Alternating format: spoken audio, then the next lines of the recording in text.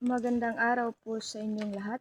Ngayong araw, ating pag-usapan ang isang mahalagang usapin, ang advokasiyang pangwika, lalo na ang wikang Filipino bilang pambansang wika ng Pilipinas.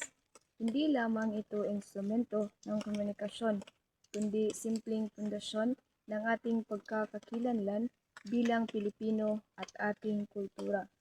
Sa pamamagitan ng wikang Filipino, nagkakaisa tayo at nagkakaroon tayo ng tinig upang maipahayag ang ating mga pangarap at mithiin.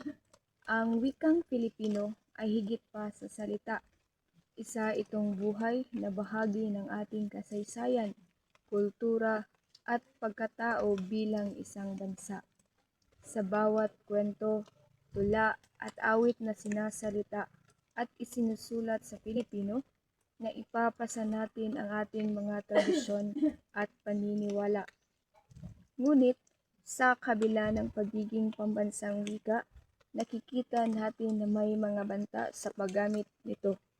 Napalilibutan tayo ng iba't ibang wika at teknolohiya, kaya mahalagang panindigan natin at palaganapin ang wikang Filipino.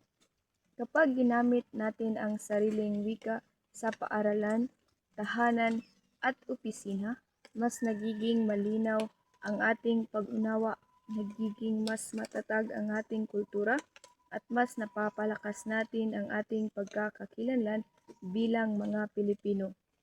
Sa kasalukuyan, maraming kabataan ang mas komportable na gamitin ang ibang wika tulad ng Ingles o mga banyagang salita dahil sa impluwensya ng globalisasyon at teknolohiya.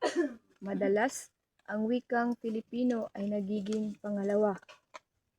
Ilan sa mga hamon ng kakulangan ng pondo para sa mga programang pangwika, limitadong panturo at mga materyales sa Filipino, at ang pagkakaiba-iba ng mga dialekto sa buong bansa.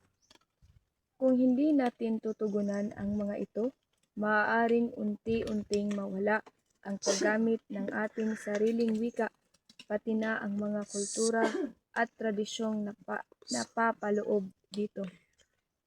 Paano nga ba tayo makatutulong? Simple lang. Una, maging proud tayo sa paggamit ng wikang Filipino araw-araw. Magsimula tayo sa sarili at sa pamilya. Pangalawa, hikayatin ang paaralan at komunidad na isulong ang pagturo at paggamit ng wikang Filipino at mga katutubong wika. Gumamit tayo ng mga libro, pelikula, kanta, at iba pang material na nasa wikang Filipino.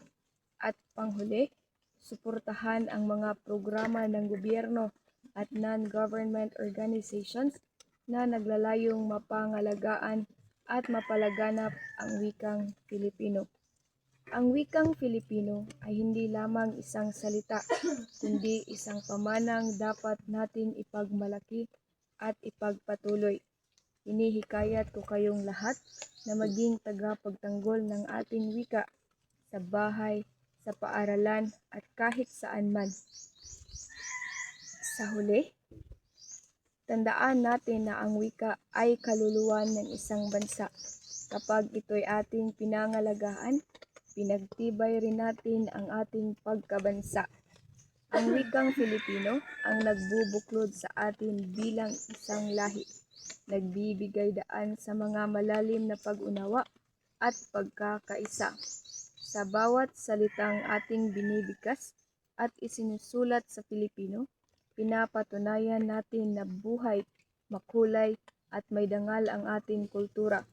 Kaya't sa simpleng paggamit at pagmamahal sa ating wika, nakikibahagi tayo sa pagtataguyod ng isang bayang may matibay na pagkakakilanlan at maliwanag na kinabukasan.